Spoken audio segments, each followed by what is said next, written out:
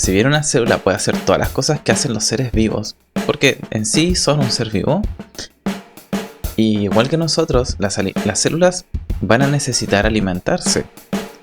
Y ese alimento van a conseguirlo de distintas formas. Para una célula, el alimento podríamos decir que son las moléculas que utiliza como energía, pero también va a utilizar otras cosas. Y también se va a comunicar con otras células. Y para hacer todas las funciones necesita una estructura que es la que se comunica con el exterior, que le llamamos la membrana celular. Primero vemos cómo se compone la membrana celular. Tiene hartas partes. Y básicamente la forma en que la vamos a describir es un modelo que le llamamos el modelo del mosaico fluido, el cual fue propuesto por allá por los años 70, después de que se mejoraron mucho las técnicas bioquímicas, o sea, la forma en que podemos manipular moléculas orgánicas. Bueno, vamos por partes. Primero, lo más grande que vamos a encontrar en la membrana plasmática o la membrana celular van a ser la bicapa de fosfolípidos. Aquí están los fosfolípidos, ¿sí? ¿Por qué le decimos bicapa? Bi es que tiene dos partes, o sea, son dos capas. Los fosfolípidos son estas cositas que se ven ahí como unas pelotitas que tienen como unas colitas hacia abajo. Ahí tenemos una capa y aquí tenemos la segunda capa. Así como lo que dibujé acá. Tenemos una capa arriba y una capa abajo. Estas pelotitas que dibujamos y luego las colitas no están ahí porque sí, porque se vea bonito, sino que porque son las partes del fosfolípido. Un glicerol y el fosfolípido. La gracia de esto es que esta cabecita que está acá, se la va a pintar azul porque vamos a decir que es hidrofílica. Mientras que las colitas que tiene el fosfolípido, que químicamente son el ácido graso, la parte lipídica, van a ser hidrofóbica. ¿Qué quiere decir que sea hidrofílica o hidrofóbica? Hidrofílica significa que se mezcla con el agua, que no tiene ningún problema con estar en el agua, mientras que una molécula hidrofóbica es una molécula que repele el agua, no se va a mezclar. Prácticamente todos los lípidos son hidrofóbicos. La parte hidrofóbica se va a encontrar hacia el medio interno de esta capa. Entonces, como son dos capas y quedan todas las cabecitas hidrofílicas hacia afuera y hacia adentro la otra, como acá, ¿cierto? Estas están apuntando hacia el interior de la célula y estas están apuntando hacia el exterior de la célula. Vamos a tener entonces una capa que no se va a desarmar con el agua, ya, porque tenemos la parte que se mezcla con el agua, va a estar en el agua unido a las partes que no se mezclan con el agua. Y aquí adentro de la bicapa, entonces vamos a tener un espacio que no se va a mezclar nunca con agua. Y así la célula no se va a desarmar, no se va a destruir porque se encuentra en un medio acuoso. Nosotros nos podemos bañar tranquilamente y no se nos van a desarmar las células. Bueno, esa es la estructura más grande que vamos a encontrar en la membrana plasmática. Unida a esta, o como incrustada, vamos a encontrar varias cosas.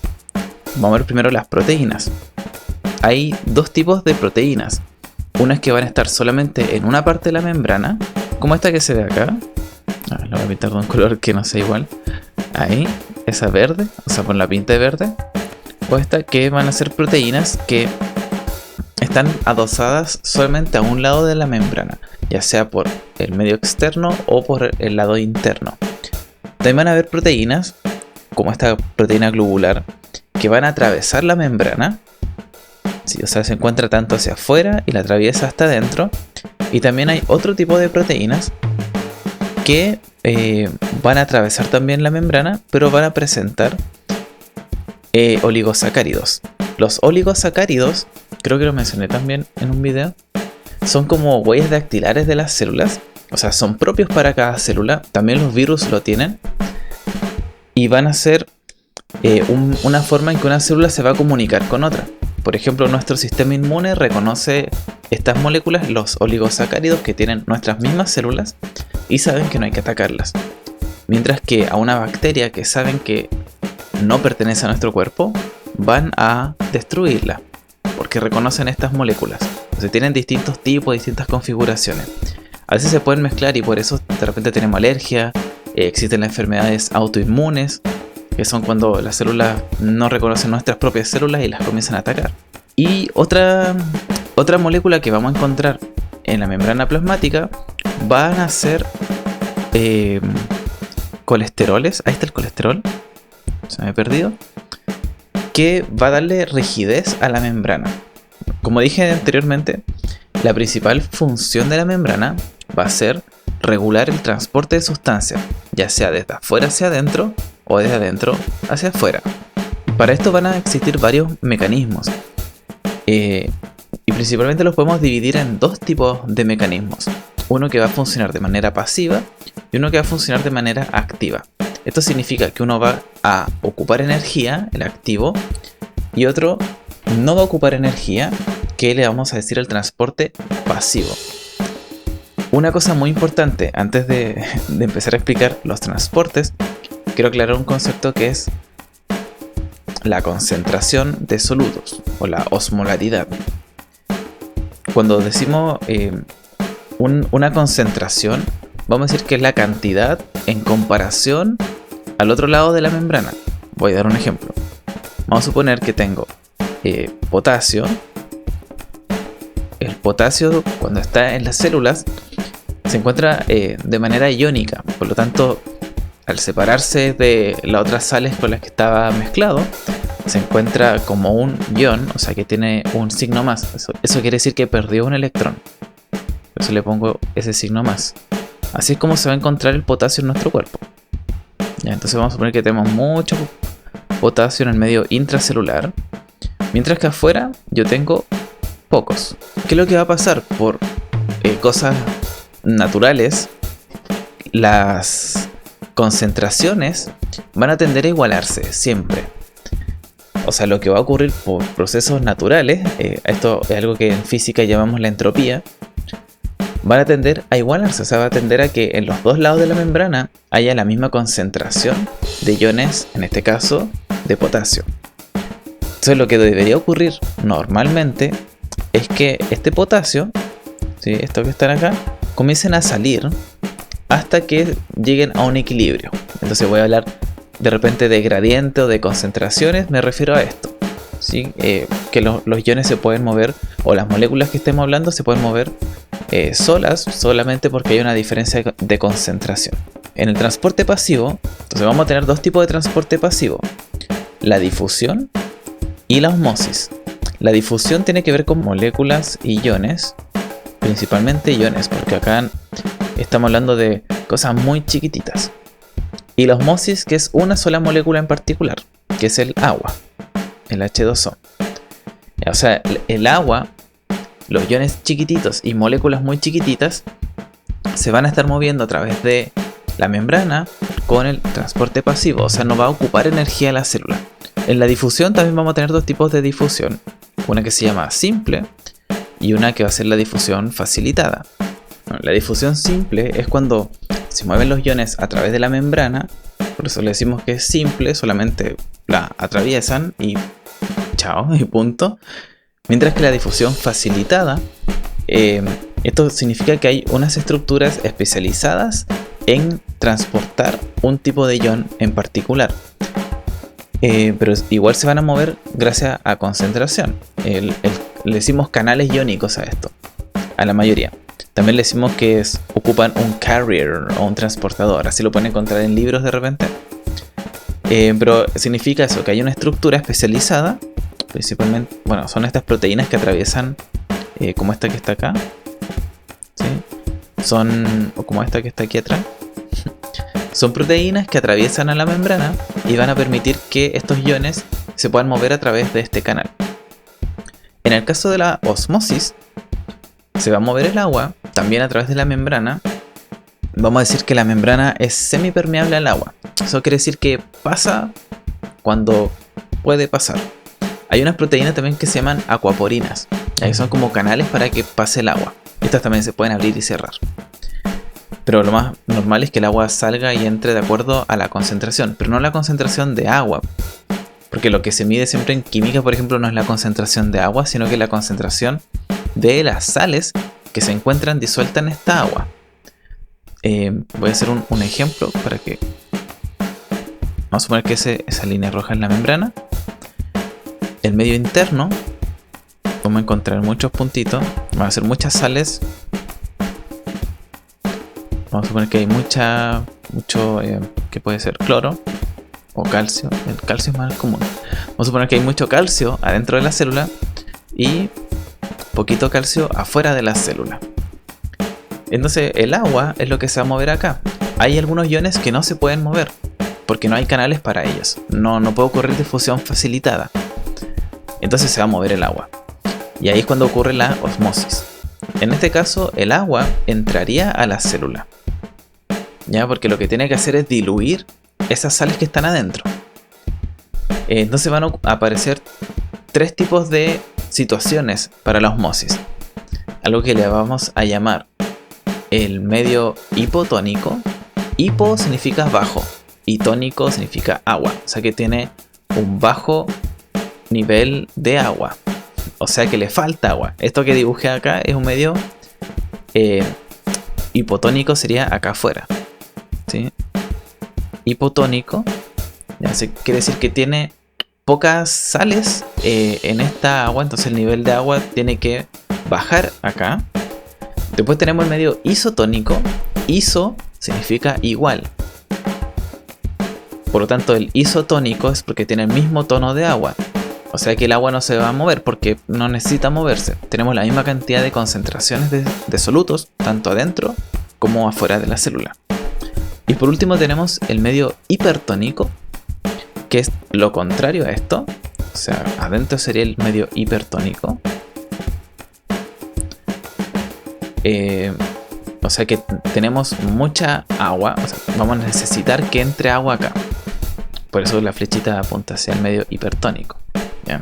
Entonces recuerden, hipo significa bajo, iso significa igual, hiper significa sobre, mucho. Y por último, recordar nuevamente que esto no ocupa energía. Esto va a ocurrir solo.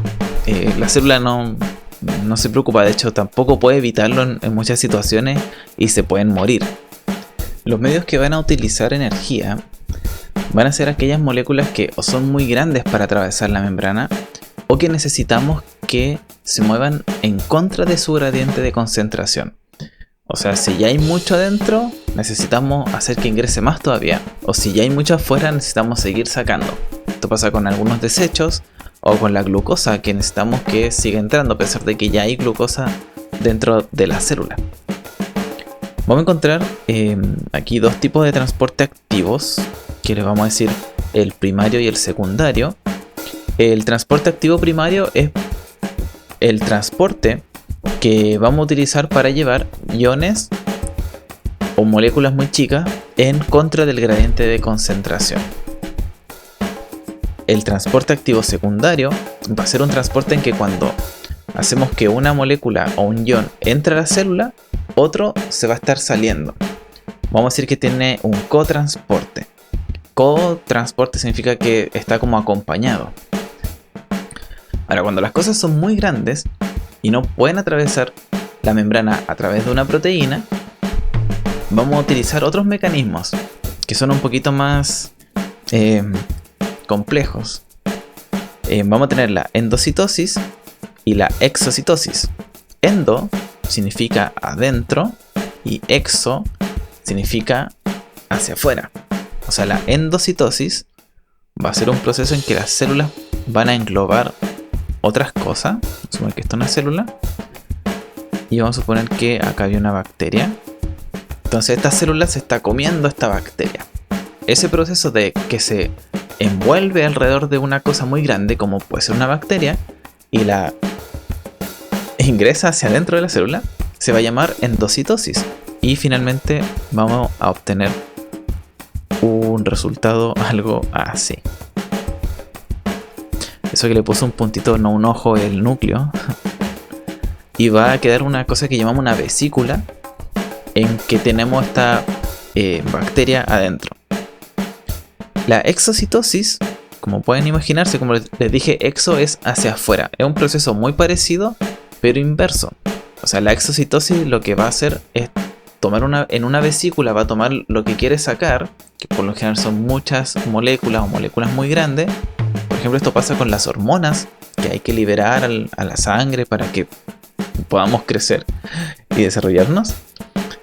Y bueno, ocurre lo mismo, o sea, llevamos una vesícula hasta el borde con la membrana y las dos membranas se van a juntar y esto se abre, ¿cierto?, en un punto y se libera esta sustancia. Y por último nos queda la pinocitosis, que es cuando una célula necesita consumir grandes cantidades de agua y no lo podemos hacer a través de la osmosis. Es muy parecido a la endocitosis, la célula como que se engloba alrededor del agua, la toma y la ingresa hacia dentro del citoplasma. Esos son los mecanismos entonces con los cuales una célula va a transportar sustancias hacia adentro o hacia afuera de la membrana. Pero aquí les puse unos diagramas para que sea un poquito más entendible y no esos dibujos feos. Aquí quiero mencionar rápidamente en qué consistía cada uno. La difusión simple, entonces se mueven solamente los iones a través de la membrana sin ningún intermediario. La difusión facilitada, se mueven los iones o las moléculas a través de un carrier, como les decía, o una proteína transportadora. Y aquí está lo que les expliqué de la osmosis.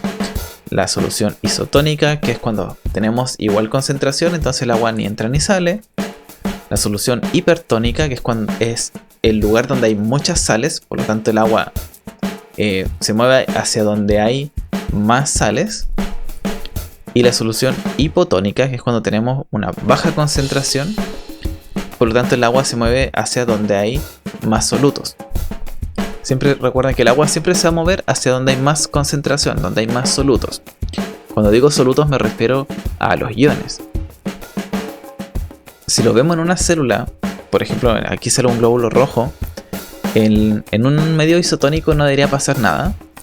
En un medio hipertónico, en este caso la célula va a botar agua, porque le tiene que entregar agua al medio para que el medio no tenga tanta concentración de solutos. Y por último, si viéramos una célula en un medio hipotónico, el agua ingresaría a la célula y esta se va a hinchar. Aquí abajo en blanco y negro salen fotos reales de glóbulos rojos en un medio isotónico, hipertónico e hipotónico. Y ahí por último el transporte activo, igual les puse unas imágenes para entender un poquito mejor cómo ocurre cada una. Ya el transporte activo, recuerden que va a ser un movimiento en contra del gradiente de concentración. Por ejemplo, aquí, concentración de sodio. Tenemos mayor concentración de sodio, pero aún así estamos sacando ese sodio. ¿Ya? Y es cotransportador porque al sacar sodio ingresa potasio. ¿Sí? Aquí el potasio se mueve a favor del gradiente de concentración, pero hay un cotransporte, o sea, tenemos un transporte secundario. Y aquí tenemos un esquema mucho más bonito de lo que dibujé recién, de una endocitosis y una exocitosis. Aquí ven que se juntan los lisosomas con esta vacuola que se forma. Y la exocitosis es lo contrario. Se une una vesícula, se pueden mezclar las membranas y esto hace que lo que estaba dentro de la vesícula se pueda liberar hacia el exterior. Entonces eso sería un resumen de lo que hace una membrana o lo que no hace. Y eso sería todo por este módulo. Un poquito más corto que el resto, pero con materia que de repente es un poco más difícil porque son nombres muy complicados. Así que nos vemos en el siguiente módulo. Adiós.